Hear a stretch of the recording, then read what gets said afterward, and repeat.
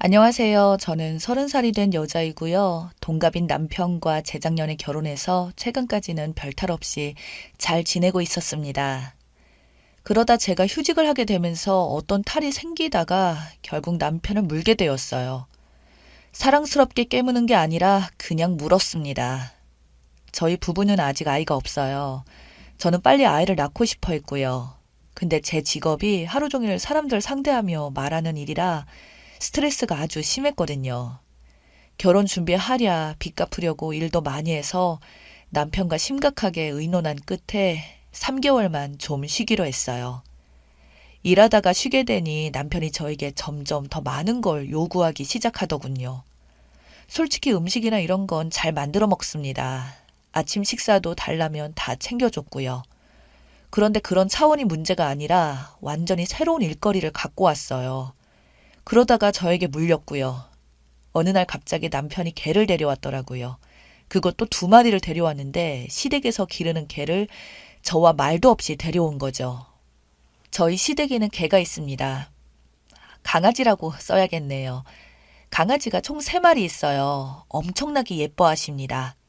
처음에 그 강아지들을 봤을 때 이뻐했어요. 어릴 적부터 워낙에 강아지들을 좋아하기도 했고 부모님께 사달라고 많이 하기도 했었는데 저희 엄마는 살아 움직이는 것은 너희들로 충분하다며 물고기 1마리조차 기르는 걸 싫어하셨습니다.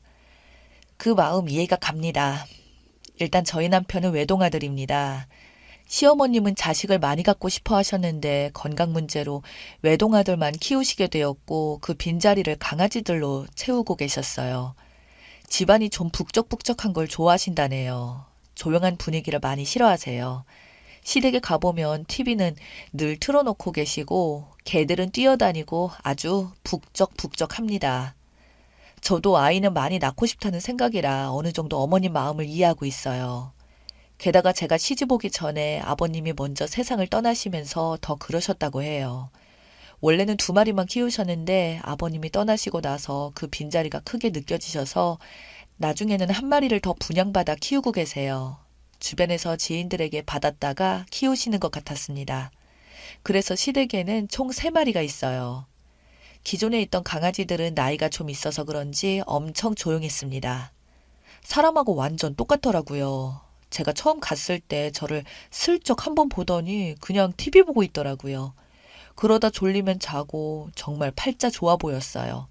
막내 강아지는 좀 시끄럽긴 했었고요. 이번에 남편이 데려온 강아지는 막내 강아지가 아니라 원래 있던 나이가 좀 있는 강아지들을 데려온 겁니다. 저와 아무런 상의 없이 시어머님도 저에게 미리 알려주신 적도 없었고 정작 그 강아지들을 봐야 할 사람은 나인데 사전에 아무런 말도 없이 데려왔더라고요. 어머님이 갑자기 지방에 내려가야 해서 저희 집에 급하게 맡기게 되었다고 했어요. 아는 친구분이 이번에 다리를 좀 크게 다치셔서 병문안도 가고 고향 친구 볼 겸 해서 보름 정도 갔다가 오신다고 했고요. 그런 사정인데 저도 뭘 할 수 없었죠. 근데 한 가지 제 혈압이 확 올라갔던 이야기가 있었는데 남편이 지 입으로 술술 하더라고요. 아마 칭찬받는 줄 알았나 본데 원래는 그 2마리 강아지들을 이웃에게 맡기려고 하셨다네요. 거기도 개를 키우고 있고 친분도 있어서 맡기려고 하셨는데 제 남편이 펄쩍 뛰면서 못하게 말렸다고 합니다. 왜 모르는 집에 맡기냐면서 엄청나게 걱정을 했다고 해요. 어머님은 그 모습에 감동하셔서 곧바로 저희 남편에게 개를 맡기신 거고요. 오랜 세월을 함께한 강아지들을 어찌 남의 손에 맡기냐면서 제 앞에서 이야기하는데 그냥 남편을 그 집에 맡기고 싶었습니다. 저는 강아지를 키워본 적도 없고 어차피 제가 혼자 키워야 할 상황인데 그럼 당사자인 저랑 먼저 이야기를 해야 하는 게 맞는 거잖아요.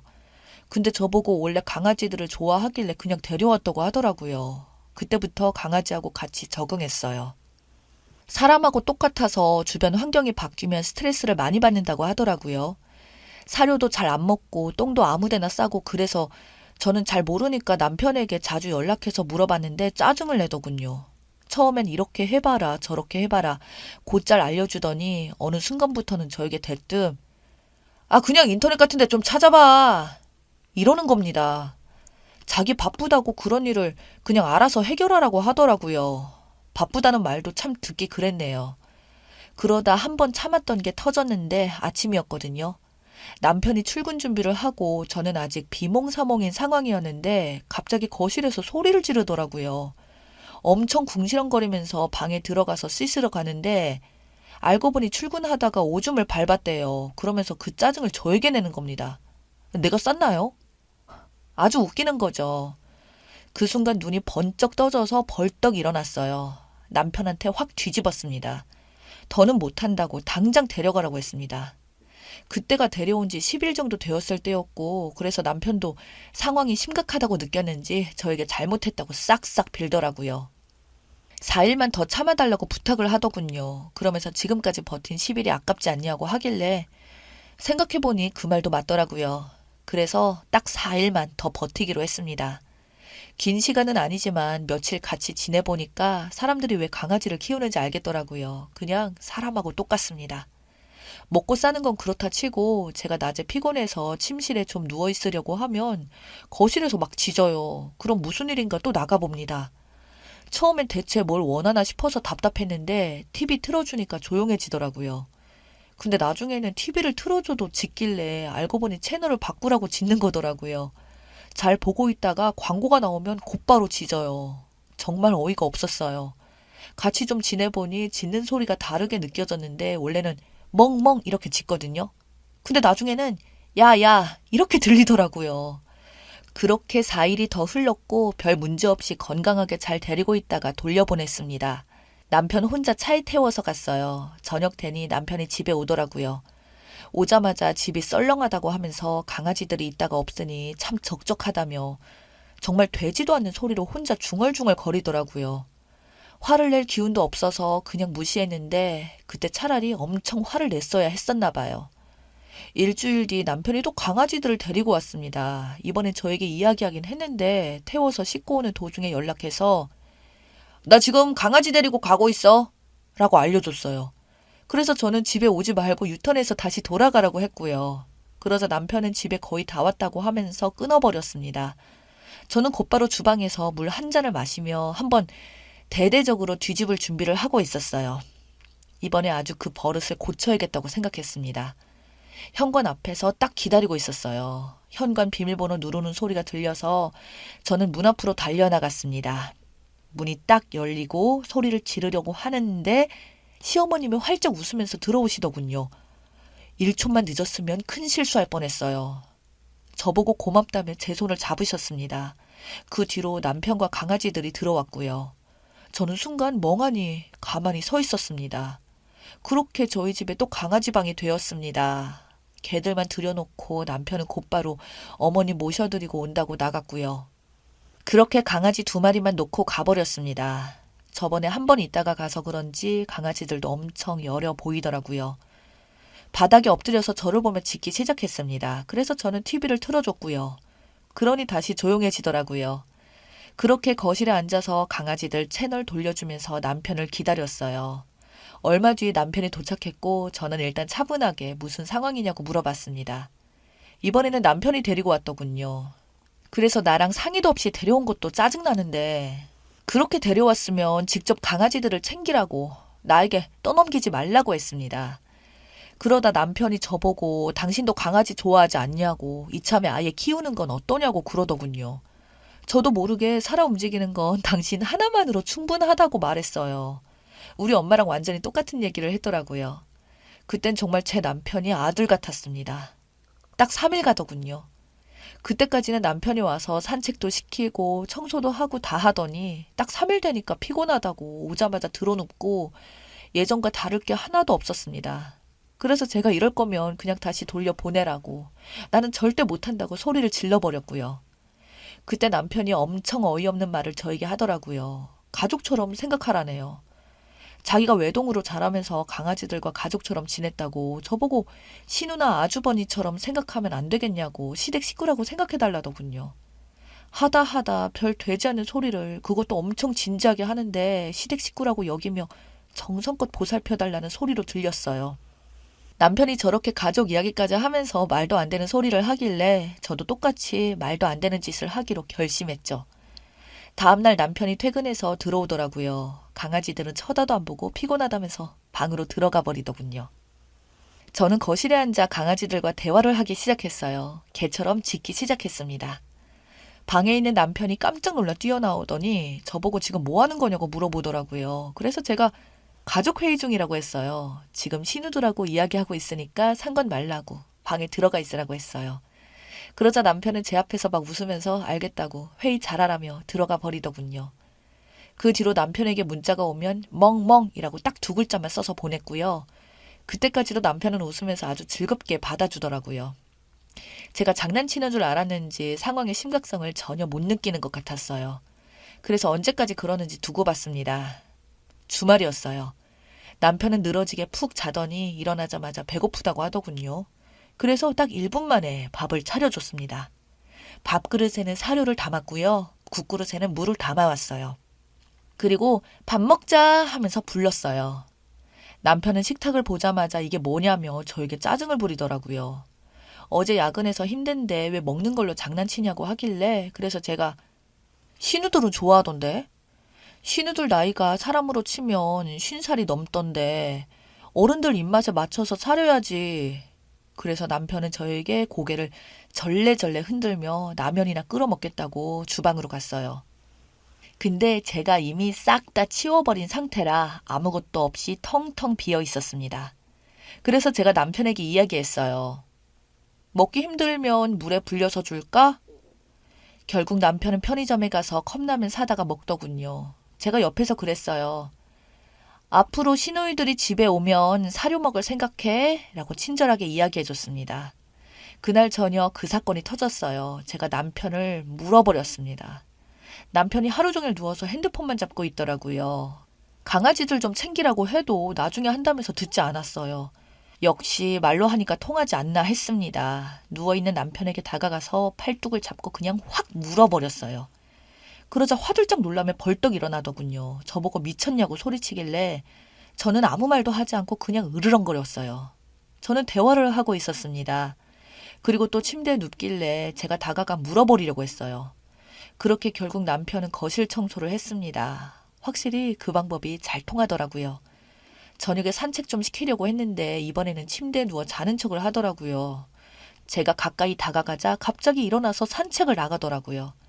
다음날 어머니께 전화가 왔어요. 강아지들 보느라 힘들겠다며 걱정하시면서 오늘 저녁에 데리러 오시겠다고 하셨습니다.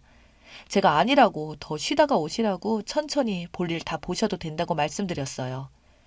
그리고 나서 곧바로 남편에게 전화가 왔습니다. 저보고 무슨 소리를 했냐고, 왜 엄마가 좀 더 쉬다 오신다고 하냐고 화내더니 남편이 중간에서 빨리 데려가라고 했다더군요. 그래서 저녁에 오실 것 같다고 이야기하길래 제가 저녁은 어떻게 하시냐고 물어봤어요. 사실 그게 제일 중요한 일이잖아요. 제가 식사 문제로 예민하게 질문하자 저보고 사료로 장난치면 안 된다고 그러더니 나중에는 문자로 저녁 준비하지 말라고 자기가 알아서 하겠다고 하더라고요. 그렇게 남편은 집에 와서 강아지를 데리고 어머니 모셔다 드리러 가더라고요. 그날 이후로 저희 집에 강아지를 데려오는 일은 없었어요. 나름 잘 해결된 것 같긴 한데 한 가지 문제가 제가 가까이 다가가면 기겁하며 도망갑니다. 그게 좀 걸리네요. 휴직한 이유가 아이를 가져보려고 한 건데 시간이 조금 더 걸릴 것 같습니다.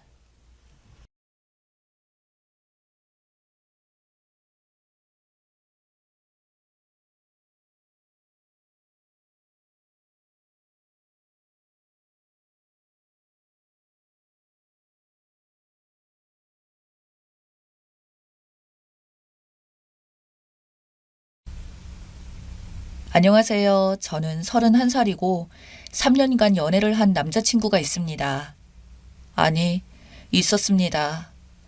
남자친구는 35살 대기업에 다니고 저는 직장 생활을 하다가 조금 더 안정적인 결혼 생활을 위해 현재 자격증 시험 준비를 하고 있어요. 물론 남자친구도 뒷바라지를 해준다고 했고 시험 통과 후 결혼하기로 약속한 사이입니다. 공부를 시작할 즈음에 남친 회사 감사 기간이 얼마 남지 않은 시점이어서 그동안에 연락 많이 못할 것 같으니 감사 끝나고 자기가 연락을 하겠다고 그렇게 얘기를 했었죠. 그래도 한 달에 한두 번씩 꾸준히 만나고 전화도 종종 하면서 여느 커플과는 다를 것 없이 지냈는데 어느 날 갑자기 연락이 안 오더니 제 번호를 차단했더라고요. 당황스러워서 연락을 해보니 당장 다음 달 5월에 결혼을 한다고 연락이 왔었다고 하더라고요. 상대 여자는 예전에 남친을 자꾸 따라다니던 못생겨서 싫다고 했던 여자였습니다. 남친이랑 같이 있을 때도 전화가 계속 와서 신경이 쓰였는데 카톡 프로필을 보니 정말 못생긴 여자라서 양다리 걸칠 거라고는 생각을 전혀 안 했죠. 그러다가 남친이 연락을 해왔고 만나자고 하더군요. 얼마 전에 상견례를 했다고 합니다. 아, 이게 뭐지? 무슨 꿈을 꾸는 건가? 너무 당황스러웠습니다. 마지막에 만난 며칠 전도 서로 미친 듯이 사랑을 나누고 헤어졌는데 얼마 전에도 카톡에서 사랑한다고 했던 사람이 몇 달 뒤에 결혼한다고 하길래 너무 놀라서 아무 말도 나오지 않았습니다. 남친 어머니가 자궁암 일기 판정을 받아서 투병 중인데 저 공부하는데 방해될까봐 저에게 말을 안 했다고 하더라고요. 남친의 집에 그런 안 좋은 일이 있었는지는 말하지 않아서 전혀 눈치채지 못했습니다. 근데 실비보험 가입된 게 없어서 수술비와 병원비, 앞으로 드는 항암 치료비 빚이 거의 5천만 원 정도에 아버님 채무까지 자기가 버는 월급으로는 감당이 안 되는데 그 여자가 어머니 투병에 들어가는 비용을 다 내줬다고 하네요. 자기 엄마가 암으로 스트레스를 너무 많이 받아서 시설 좋은 요양병원에 가고 싶다고 하시는데 거기가 매달 1,000만 원씩 나가니 그 비용을 다 내겠다고 했대요. 여자 쪽 집이 부자라서 여자가 너무 원해서 결혼하면 다 해준다고 했다네요. 그래서 엄마를 살리려면 결혼을 해야 한대요. 그래야 자기 엄마가 산대요. 나와 한마디 상의도 없이 왜 그랬냐고 하니까 너가 돈 해줄 수 있어? 하네요. 그 여자랑 사귄 지 3주 만에 초고속으로 결혼하기로 하고 그 여자네 건물에 있는 예식장에서 결혼하기로 하고 혼인신고부터 하자고 해서 식장 예약하고 바로 혼인신고까지 마쳤대요. 법적으로 다 마치고 나서 상견례는 나중에 하고 저한테 연락을 한 거였죠. 3일 만에 정말 순식간에 결혼식만 남기고 모든 게 끝난 거죠. 그러면서 저한테는 자기야 여보야 하면서 사랑하는 건 너뿐이야. 그 여자랑 결혼해도 불행할 거야. 성형해서 지금은 많이 나아졌지만 아기 나오면 엄마 닮아서 못생길 게 뻔하다고. 생각하기도 싫다고. 이런 상황이 모든 게 너무 싫고 자기도 무슨 일이 어떻게 된 건진 모르겠다고. 갑자기 돈에 팔려가게 되었어 라며 울면서 말하니까 저는 무슨 말을 해야 할지 정신을 못 차리겠더라고요. 뭐라도 해주고 싶고 결혼을 말리고 싶은데 제가 해줄 수 있는 게 아무것도 없었어요. 돈에 팔려가는 자기가 너무 힘들다고, 너를 떠나는 걸 감당할 수가 없다고 펑펑 우는데 정말 가슴 찢어지게 아프고 불쌍하게 느껴지더라고요. 자기가 돈으로 여자 집에 팔려가는 입장이라 앞으로 자주 연락하기 힘들겠지만 그래도 너랑 도저히 못 헤어지겠으니 간간히 안부 묻고 계속해서 만나고 싶다고 하더라고요. 이게 진짜 무슨 상황인지 저도 모르게 숨겨진 여자로 지내라는 건지 그때는 상황 파악이 안 되고 이 사람이랑 영영 헤어지는 건 아니구나 오히려 안심이 되었습니다. 저랑 3년을 죽도록 만났는데 아직 헤어짐은 아니야. 서로 이렇게 없으면 죽을 만큼 사랑하는데 계속 볼 수 있으니 다행이다 이러면서 어떻게 다른 사람이랑 이렇게 급하게 결혼이 확정될 수 있는 걸까. 게다가 여자는 지금 이런 상황에 대해 아는 것이 하나도 없대요. 저와 보며 만나는 거 알면서도 꼬리치는 건데 양다리 걸친 건데 아무것도 아는 것이 왜 없는지는 알고 있는데 저와의 연락을 차단시킨 거겠죠. 사실 머리가 뒤죽박죽이고 이 모든 상황을 어떻게 풀어내야 할지도 모른 채 이게 뭐지? 어쩌지? 이제 어떻게 하지? 덜덜 떨리기만 했습니다. 하루 종일 먹지도 못하고 잠도 못 자고 울다가 지쳐서 깜빡 잠들었다가 해요. 정말 죽고 싶어요. 하루하루가 지옥 같아요. 제가 이런 상황에서 어떤 행동을 해야 할까요? 남자친구도 저도 아직 서로 많이 사랑하고 있는데 진짜 이대로 이렇게 남친이 말한 대로 세컨드라로 해야 할까요? 어떻게 방법이 없을까요? 너무 붙잡고 싶은데 이미 많은 것이 진행되었고 저의 모든 것 다 포기하고 부모님 병가로 직장 다시 구해서 병원비를 벌어야 할까요? 남자친구가 너무 힘들어서 홧김에 내린 결정일 거예요. 아, 결혼을 미룰 수 있는 방법을 찾아봐야겠어요. 추가 후기입니다. 사람이 미치면 아무리 누가 말려도 방법이 없죠. 제가 쓴 글을 보고 나니 냉정을 찾은 후 정말 바보였구나라는 생각이 들더라고요. 나 정도 배우고 사회생활하는 여자가 저런 쓰레기 같은 남자놈한테 목매여서 병가를 내고 병원비 갚으면서 살 수 있다고 세컨드라도 하겠다고 했더라고요. 적은 글을 보니까요. 제 변명을 조금 하자면요. 저는 남친을 너무너무 사랑했어요. 이렇게 나랑 잘 맞는 사람이 있을까 할 정도로 모든 취향이 맞는 사람이고 대기업 다니는 남친의 연봉도 괜찮고 전문직이고 이 사람과 결혼하면 모든 게 완벽할 것이다 라는 노망이 저를 지배했고 3년이나 연애를 했으니 이제 결혼만 남아 있었고요. 결혼할 거라고 믿어 의심하지 않았던 사람이 돈에 팔려 원하지 않은 결혼을 한다는 사실에 제가 아무것도 판단 못하고 있었던 것 같습니다. 이틀 동안 아무것도 못 먹고 잠도 못 자고 울기만 해서 정신 상태가 혼미한 상태인데 갑자기 너무 배고파서 쓰러질 것 같은 거예요. 마침 찬밥이 남아서 이것저것 넣고 고추장 넣고 비벼서 허겁지겁 허기를 때웠는데 갑자기 현타가 오는 겁니다. 이 상황에 배가 고파서 밥 먹는 것도 웃기고 남친과 이렇게 되어서 죽을 것 같아도 죽지는 않는구나. 먼저 배고파 굶어 죽겠구나 싶어서 밥을 먹는 내 꼴이라니. 근데요, 그때 정신이 번쩍 들면서 이건 완전히 사기인데? 이놈의 자식이 양다리인데 그 이상도 그 이하도 아니고 나는 갑자기 버려진 건데 하고 정신이 번쩍 들더군요. 네, 맞아요. 전 양다리인데 그 여자한테 진 거예요. 그래서 남자친구한테 버려진 거예요. 이별에도 예의가 있는데 거기다 뒤통수까지 맞은 거죠. 자궁암 1기 수술비 5천만 원. 이게 날 호구로 봤구나. 그리고 자궁암 1기였고 우리나라 의료보험에서 암 환자는 자기 부담금 10%인가 5%인가 밖에 안 되거든요. 그리고 결정적으로 초기에 발견해서 다행인 거지 저렇게 호들갑 떨만한 상황이 아닌 거죠. 이거 알아보려고 여기저기 전화도 해보고 뭐 하여튼 실비보험도 없이도 그렇게 부담되는 금액이 아니라는 거죠. 그리고 뭐 요양병원 아무나 가나요? 항암치료 받을 때만 입원하고 그 외에는 통원치료 하더라고요. 요양병원 1,000만 원 나온다고? 하, 그게 대체 어딘데. 야, 이놈아, 네가 뻥을 쳐도 내가 그걸 잊고 있었다니. 그러네, 저놈이 나한테 저렇게 뻥을 치고 연락하고 지내자고 했구나. 결혼하는 여자는 무슨 죄냐고요. 아, 그 여자랑 저랑 전남친이랑 사귀는 거 알면서도 계속 거짓말을 한 거거든요. 그런데도 아무 잘못이 없나요? 거기에서 남친이 저를 속이고 양다리 한 거고요. 그 여자한테도 거짓말을 했겠죠. 나머지 밥을 꾸역꾸역 먹으며 이제 복수만 남았다 분노의 다짐을 했습니다. 카톡을 보냈습니다. 자기야, 나 생각해봤는데 자기가 결혼해도 자기랑 계속 만나고 싶어. 도저히 못 헤어지겠어. 그래도 결혼 전에는 먼저 한번 보고 비밀 지킬 자신 있어.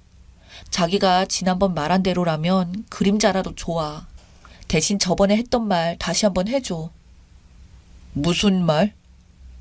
그 여자랑 결혼하기 싫다고. 얼굴 못생겨서 싫다고. 엄마 병원비 때문에 이용하는 거라 애정이 있을 수 없잖아. 그 여자는 싫고 내가 사랑하는 건 너야. 그래서 결혼해서도 널 옆에 두고 싶은 거고. 이 정도면 됐지? 우리 자주 가는 모텔 거기 먼저 가 있어.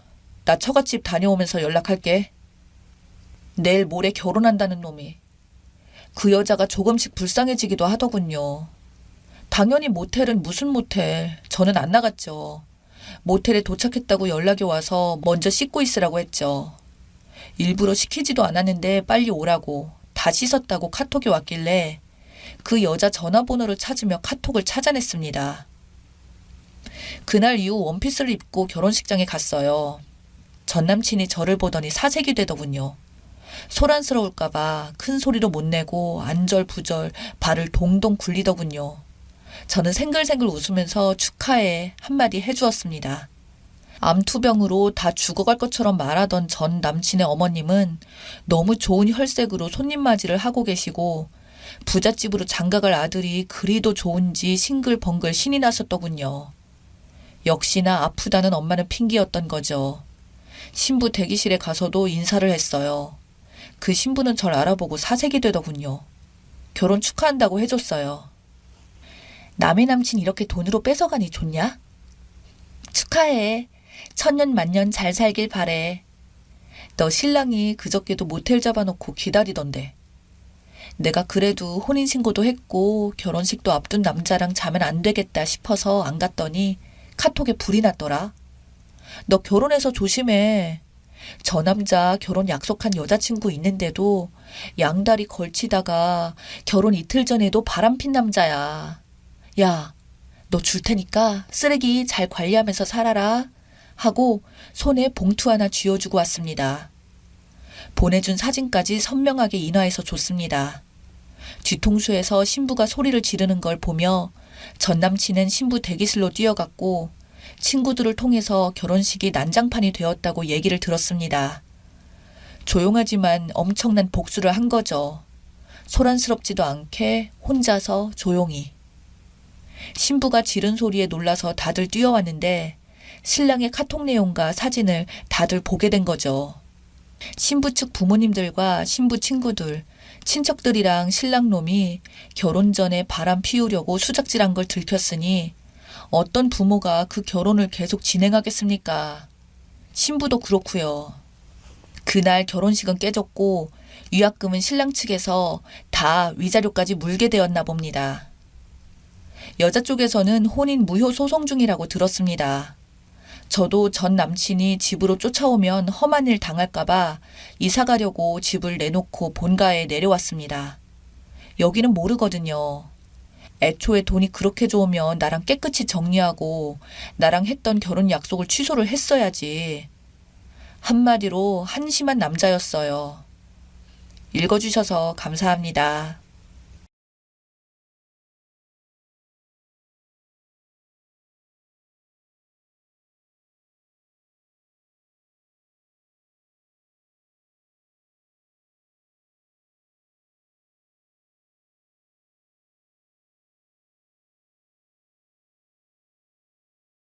이제 결혼한 지 3개월 된 30대 초반 여자입니다. 3개월 정도면 한창 신혼에 시댁하고도 서로 조심해야 할 관계인데 돌이킬 수 없는 일이 일어났습니다. 제가 시어머니 앞에서 맞는 말을 하다가 뺨을 맞았습니다. 진짜 너무 황당하고 화가 나는데 시댁 가서 한판 하기 전에 속풀이 겸 글을 올립니다. 글 올리면서 저도 시댁 가서 할 말 좀 하고 조언도 듣고 싶어서요. 우선 제 소개부터 할게요. 남편이랑은 3년 연애하고 결혼하게 되었습니다. 물론 사랑해서 만났지만 연애 초반 때부터 경제력이 없는 남친 뒷바라지하며 살았습니다. 저는 어린 시절 유복하게 자라서 어려움도 잘 모르고 자랐고 지금도 친정이 넉넉한 편입니다. 그리고 저도 프리랜서로 일을 빨리 시작했기에 금전적인 부분에서는 부담이 별로 없이 살아왔습니다. 그래서 이 남자를 만날 때에도 내가 좋으면 그만이다 하고 재력이나 여타 다른 조건들에 대해서는 별 생각이 없었죠. 돈이야 잘 버는 사람이 더 쓰면 되지 하고 쿨하게 생각했습니다. 그리고 만난 지 1년쯤 안 됐을 때 남친도 취업을 했고 항상 내가 부담하던 데이트 비용도 남친이 6, 나 4 이렇게 나눠서 데이트 통장도 만들게 되었습니다.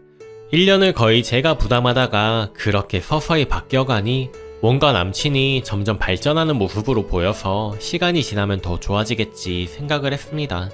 그리고 그때는 결혼 생각도 없었기에 딱히 남친이 돈을 어떻게 관리하고 월급을 어떻게 쓰는지 간섭하지 않았습니다. 어쨌건 그건 남친 돈이었으니까요. 하지만 막상 결혼 얘기가 오가자 남편이 시댁 빚 갚느라 모아둔 돈이 없다는 걸 알게 되었고 남친이 자기는 아직 준비가 안 된 것 같다며 결혼을 미루자고 하더군요. 주변에서도 결혼할 사람이면 빨리 결혼하는 것이 돈을 모으는 거다라고 이야기도 하고 제가 남편을 설득하게 되었습니다. 결혼하고 모아도 된다고 결혼해서 서로 돕고 사는 게 부부 아니냐며 설득을 하였죠. 그리고 그 과정에서 친정에서 이 사실을 알게 되었고 여력이 되시는 부모님께서는 제대로 결혼을 못하는 부분을 안타깝게 생각하셨습니다. 그리고 감사하게도 친정에서 집을 해주신다고 하더라고요. 저도 친정에서 죄송해서 제가 살고 있던 빌라를 팔고 판 그 돈을 친정 부모님께 드리기로 하였죠. 참고로 빌라는 순수하게 제 돈으로 산 빌라이고요. 빌라가 크기도 작고 작업용 스튜디오에 침대만 있는 구조라서 신혼집으로는 안 맞았거든요. 그래서 친정의 도움을 받게 된 거죠. 남친과도 상의 끝에 내린 결론이고 상황이 이렇다 보니 예단 예물도 생략하게 되었습니다. 친정 엄마는 모든 걸 생략하는 결혼을 안타까워는 하셨지만 저의 의견을 최대한 존중해 주셨습니다.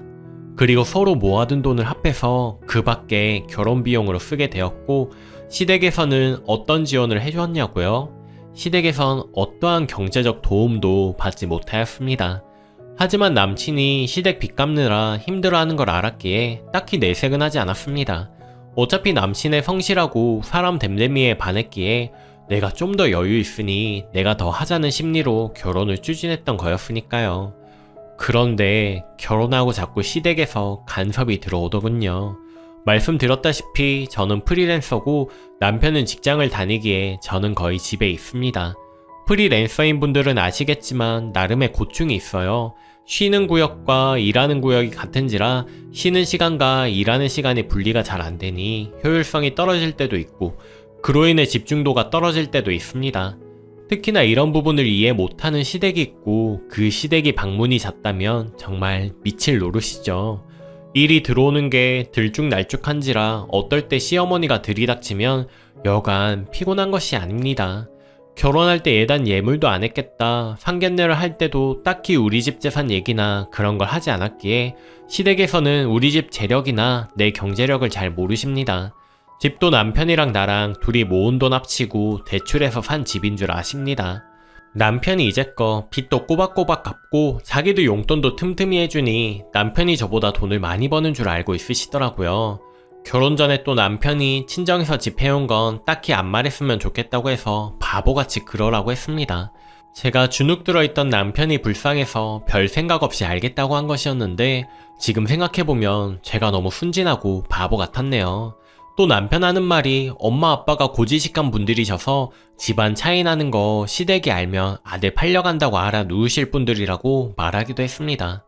어쨌든 매주 서너 번은 연락도 없이 찾아오시는데 일하는 도중에 찾아오시는 것도 힘들지만 오시면 당최 가실 생각을 안 하십니다. 제가 일해야 한다고 하면 집에서 이래저래 놀면서 무슨 일이냐고 콧방귀를 뀌십니다. 안 그래도 바쁜데 네가 집에서 하는 게 뭐냐며 말하시기도 합니다. 옛날 분이시고 어차피 내가 하는 일 구구절절 설명해봐야 듣지도 않으실 분인 걸 알기에 말하기도 입 아프고 피곤해서 적당히 맞춰주다가 남편 핑계대고 나오곤 해요. 그런데 점점 선을 넘으시더라고요. 오실 때마다 안방 열어보고 제 물건을 뒤지고 집에만 있는 애가 사치가 심하다면서 이런 것도 다 우리 아들 주머니에서 나가는 거 아니겠냐며 말도 안 되는 소리로 잔소리를 시작하십니다. 거기다 옷이나 화장품 한두 개씩 집어 가시기도 해요. 진짜 왜 말 안 하냐 하시는데 말하면 내 입만 아플 지경입니다. 어머님, 저도 돈 벌어요. 저 프리랜서고 재택근무이기 때문에 집에서 일하는 거예요. 어머님 아들 회사에서 일할 때 저는 똑같이 집에서 일한다 생각하시면 돼요. 이렇게 말하면 그걸 누구 코에 붙이겠냐며 코 묻은 돈 네 용돈이나 하겠지 하십니다. 그럴 때마다 남편 얼굴을 봐서 참자 하고 말을 말자 하는 생각에 입을 다물어 버려요. 설명이 길었네요. 그러다 오늘 사건이 터지고 말았습니다. 일하는 거 데드라인이 코앞이라 작업물 보내놓고 최종 확인받고 쉬고 있을 때 누가 오는 소리가 들려서 보니 시어머니랑 시누이가 들이닥친 겁니다. 안 그래도 밤새워서 일해서 잠도 부족하고 정신이 반쯤은 나가 있는데 그렇게 들이닥치니 진짜 힘이 빠지더군요. 밤을 새워 다크서클 내려온 눈을 보고 한다는 말이 넌 시어머니가 왔는데 동태 눈가를 하고 있냐? 표정은 또 왜 그래? 내가 못 올 것을 왔어? 라며 시비를 걸기 시작하시더군요. 시누이도 시어머니를 닮아서 한통속이거든요. 하는 짓마다 정말 밉상이죠. 옆에 산다는 말이 우리 오는 거 못마땅해요? 표정 관리 좀 하지 하면서 거들더라고요. 처음에는 꾹 참고 살살 말했습니다. 그런 거 아니라고 어제 일하느라 밤새워서 그렇다고 하니까 그 몰골로 힘들게 직장 나가는 자기 아들 배웅이나 했겠냐며 그 꼴로 배웅하면 얼마나 맥 빠지겠냐고 헛소리를 하더라고요. 그러고는 자기 아들 밥 굶으면 큰일 나는데 아침밥은 챙겨주냐고 꼬치꼬치 캐묻기 시작하더라고요. 몸은 힘들고 잠은 못 자서 머리가 빙빙 도는 와중에 침입자들이 갑자기 나타나서는 카랑카랑한 목소리로 옆에서 쨍알쨍알 대고 잔소리가 끝없이 이어지는데 정말 참기가 힘들더라고요. 또 지네 엄마랑 똑 닮은 시누이가 제 안방에 들어가려는 모습이 거슬려서 인상을 찌푸리게 되었습니다. 시어머니가 거기다가 더 보태시더라고요. 왜? 우리가 와서 불만이야? 표정은 정말 죽상을 해가지고 그렇게 기분 나쁜 걸 팍팍 티내면 무서워서 어디 아들네 집에 오겠니? 남편 만나 집에서 호강하는 주제에 시어머니를 개떡같이 알아도 유분수지. 뭐 그렇게 네가 집에 사는 게 많다고 맨날 그렇게 인상을 쓰고 있어? 하면서 삿대질까지 하시더라고요. 슬슬 스팀이 오르는데 한마디 더 보태십니다. 너희 친정 부모님은 아시니? 네가 이렇게 편하게 사는 거, 딸이 이렇게 편하게 사는 거 알면 사위한테 잘하셔야 할 텐데 널 어떻게 가르치셨길래 네가 고마운 것도 모르고 살아? 하시며 친정까지 걸고 넘어지시더라고요. 화나서 참을 수가 없더라고요. 그래서 한마디 했습니다. 지금 어머니가 그렇게 당당하게 들어와 있는 집이 제 집인 건 아세요? 이게 누구 돈으로 산 집이라고 생각하세요?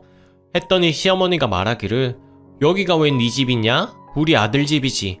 우리 아들이 좋은 회사 다니면서 번 돈으로 산 집이지. 무슨 말도 안 되는 소리를 하고 있어? 제대로 된 사회생활 못 해본 것이 못된 건 죄다 배워와가지고 지 집이라고 우기고 있어. 하더군요. 이미 화가 날 대로 난 상황이어서 저도 더 이상 참고 싶지 않더라고요. 그래서 하고 싶은 말 다 했습니다. 역시 뭘 모르시네요.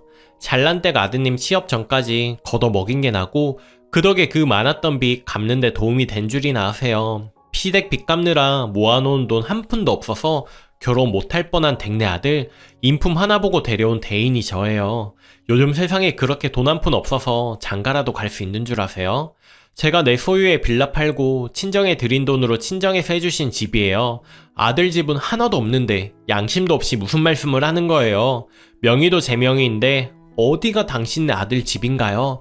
여기 어머님 아들 집 아니니까 함부로 쳐들어오지 마세요. 앞으로는 라고 소리를 질렀습니다.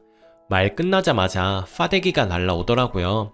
순간 상황 파악이 안 돼서 시어머니를 쳐다보니 고래고래 소리를 지르며 달려들더라고요. 이 남편 잡아먹을 것이 어디서 그 입을 함부로 놀려? 너 말이면 다인 줄 알아? 어디서 이렇게 기센 것이 들어와가지고 이라고 달려들기에 저도 바락바락 악다구니를 썼습니다. 주거 침입이랑 폭행죄로 경찰에 신고하기 전에 당장 나가세요. 결혼할 때 돈 한 푼도 안 보태놓고 무슨 자격으로 이 집에 들어와서 난리야. 그나마 상황 파악이 된 건지 시누이가 시어머니를 끌고 나가더라고요. 시어머니는 끌려가면서까지 소리를 질렀고요. 진짜 어이가 없고 가뜩이나 피곤했는데 뺨까지 맞아서 얼이 빠지더라고요. 눈물도 안 나오고 멍해지더라고요, 사람이. 그 길로 당장 남편한테 전화했습니다. 지금 내가 누구한테 뺨 맞았는지 아느냐? 시어머니가 나한테 남편 잡아먹을 것이라면서 때렸다. 집 해온 것도 나고 경제적으로 도움 주고 있는 게 누군데 내가 이런 대접을 받아야 하느냐? 나랑 이혼하든지 시댁이랑 연을 끊든지 알아서 해라 하고 끊어버렸습니다. 그렇게 말하고 나니 그제서야 눈물이 펑펑 쏟아지더라고요. 남편한테 쏟아내자마자 너무 억울하고 분통한 마음이었던 것 같습니다.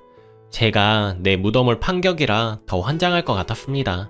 처음부터 내가 한 만큼 생색내면서 결혼할 걸 괜히 배려하고 남편 짠하다고 내 밥그릇 못 챙겨 먹은 것이 너무 한이 되네요. 이 기회에 시댁이랑 연을 끊든지 이혼을 하든지 할 겁니다. 시댁을 찾아가서 남편 월급 통장이랑 내 통장, 집 문서 보여주면서 누가 누구한테 장가왔는지 톡톡히 보여줄 겁니다. 정말 저도 악에 바치네요. 누구 돈으로 생활하기에 남편 월급의 90%를 시댁에 투자하는지 알게 할 겁니다. 어차피 그 집에 돈 버는 거 시아버님 뿐인데 빚 갚고 생활 어떻게 하실지 참 궁금하다고 쏟아내고 올 작정입니다. 그나마 여기 털어놓으니 속이 후련하네요. 말하면 내 얼굴에 침 뱉는 격이라 친구한테도 털어놓지 못했습니다. 남편 전화, 카톡 다 무시하면서 일단 집에 올 때까지 기다리고 있습니다. 남편 오자마자 시댁에 갈 작정이고요. 생각 있는 남자라면 제 안에 뺨 부은 거 보고 어떻게 해야 할지 감 잡겠죠? 긴 글 읽어주셔서 감사합니다. 후기. 글 기다리시는 분 많았는데 속 시끄러워 한동안 이곳에 들어오지도 않았습니다. 제 마음이 좀 정리되어서 이렇게 글을 씁니다. 일단 그날부터 사건을 설명하자면 남편이 오자마자 제 뺨을 보고 정말 깜짝 놀라더라고요. 약국이라도 가서 약이라도 바르자는 걸 당장 옷을 챙겨 입으라고 하고 시댁으로 향했습니다. 가는 내내 진정하라고 하는 남편조차 밉더군요. 그리고 시댁으로 들어가서 이야기 좀 하시죠 하면서 고래고래 소리를 질렀죠. 시어머니는 독한 것이라고 어딜 또 찾아왔냐고 하는 걸 남편 앉혀놓고 말했습니다. 우리 집 친정 도움받고 내가 모은 돈으로 산 빌라 덕분이라는 거 시어머니 모르시나 봐. 명의도 내 명의라는 거 당연히 모르시고. 근데 어머님, 아무리 모르신다고 해도 아들이 그동안 빚 갚고 용돈 드린다고 돈 하나도 못 모았을 거라는 것은 예측이 되시지 않아요? 어머님은 경제관념 그런 거 안 배우셨나 봐요. 저는 친정에서 그런 건 확실하게 배워서 그런지 이해가 안 가네요. 그리고 집에서 맨날 논다고 하시는데 맨날 노는 제가 어떻게 어머님 아들보다 돈을 더 잘 벌까요? 그래도 그동안은 이 사람이 안쓰러워서 어머님한테 다달이 돈 드리는 거 다 눈 감아줬는데 이런 대접받고 용돈까지 드리면 제가 너무 바보였네요. 이 사람하고는 살아보고 싶었는데 뺨 때린 시어머니 저는 용납이 안 돼서 이제부터 뵐 일은 없을 거예요. 버는 돈 다 집 빚 갚아준 덕분에 아들을 벼랑 끝으로 밀어버리시네요. 어머님 덕분에 아들 이혼하게 생겼으니까요. 염치 좀 챙기세요. 이렇게 다다다다 쏟아낸 것 같습니다. 시어머니 노발대발하시고 시누이도 더 이상은 못 참는다며 저한테 달려드는 거 남편이 막았고요. 저는 시댁 안방 쳐들어가서 장롱이며 화장대며 다 뒤지며 제 물건을 챙겨서 간다고 하고 나왔습니다. 집에 와서 남편이 눈물로 호소하면서 무릎 꿇고 빌더라고요. 그러면서도 자기는 저와 시댁 다 포기할 수 없다고 하길래 그럼 이혼하자고 했습니다. 남편까지 싫어하는 건 아니지만 이런 남편하고는 앞으로의 미래가 안 그려지네요. 그래도 오랫동안 사랑했던 사람과 헤어진다니 이루 말할 수 없이 아프지만 그래도 이렇게는 못 살 것 같아서 이혼을 택했습니다. 처음에는 문자로 시어머니한테 육두 문자가 오고 시누이한테 욕 문자 오고 난리였는데 남편이 걸 실성 직전까지 가면서 울고불고 하니 자기 아들 좀 살려달라며 미안하다고 애걸하는 문자까지 보내는데 더 염치가 없어 보이네요. 남편 붙잡고 서로 많이 울었는데 이렇게는 아닌 것 같아서 이혼 생각은 변함이 없습니다. 남편은 보탠 거 없고 시댁이 이혼 사유인 거라 맨몸으로 나가는 걸로 합의를 봤고요. 저는 그래도 혹시 몰라서 병원 가서 진단서를 받아서 증거자료까지 남겨놨습니다. 육두 문자 메시지 온 거 다 캡처해 두었고요. 제가 이해하면 다 순조로울 줄 알았던 결혼이었는데 막장 시어머니와 효자 아들과 사는 건 쉬운 일이 아니었습니다. 얼른 이 기억들 다 지워내고 새로운 삶을 살고 싶네요. 결혼은 한 번 해봤으면 된 것 같습니다. 그동안 저 응원해주신 분들 정말 감사했습니다. 베스트 댓글. 이혼 말고는 답이 없습니다. 자기 월급 몽땅 집에 몇 년째 바칠 만큼 그분은 효자입니다. 절대로 당신 선택하지 않아요. 선택하는 척 돈이 아쉬우니 그럴 수는 있겠죠. 그러고 한두 달 지나면 하회하자. 엄마가 미안하다는 말 전해달래. 혹은 엄마가 아프셔. 혹은 그래도 명절인데 생신인데 이렇게 나오면 제일 양반이고 쌍놈일 때는 네가 사과해라. 그냥 네가 참아라. 어른이잖아. 엄마 말 들어보니 네가 잘못했네. 빌어라. 이렇게 나올 수도 있겠죠. 내 손목을 겁니다. 저 남자 집이랑 연 못 끊어요. 댁은 그냥 물 주고 자기 집에 월급 다 주는 사람이 어딨습니까? 대한민국 상위 1% 효자네요. 더 이상 호구 인생, 지갑 인생 살지 마세요. 저 남자가 정상인이라면 월급의 90%를 지배주고 님한테 빌붙어서 살겠습니까? 그게 정상인으로 보여요. 정신 차리세요. 님 남편분 정상인 아닙니다. 정상적인 사고를 하면 저런 행동은 불가능합니다. 객관적으로 잘 돌이켜 보십시오. 댓글이 뭔 집문서를 보여줘요. 그냥 용돈 끊으면 끝이구만. 저는 제 용돈벌이밖에 못하니까 남편이 많이 생활비 지원해줘야 하거든요. 이제부터 저희도 아기 생기면 저축 많이 해야 해서 용돈 끊을게요. 그리고 제 용돈으로 산 물건 다 가져갈게요. 해버려요. 정말 슬프시겠습니다. 사랑하는 내 남자의 부모가 저 따위라니. 근데 이미 답은 정해진 것 같네요. 이혼밖에 없어 보여요. 지금 이 사태가 어떻게 수습을 하려고 해도 수습할 수가 없어 보이고 오히려 수습하려 하다가 대래 남편분이랑 님 사이가 틀어지고 다칠 것 같습니다. 괜히 남의 철륜 끊으려고 하지 마시고 님이 남편이랑 정리하세요. 요즘 이혼자 흠도 아니래요. 능력이 좀 되시는 것 같은데 이혼하시고 새로운 사랑을 찾으면 되죠. 오늘 제가 준비한 사연은 여기까지입니다. 저는 더 재미있는 사연으로 매일 저녁 7시 30분에 만나겠습니다. 구독, 좋아요 눌러주신 여러분 항상 행복하시고 감사드립니다.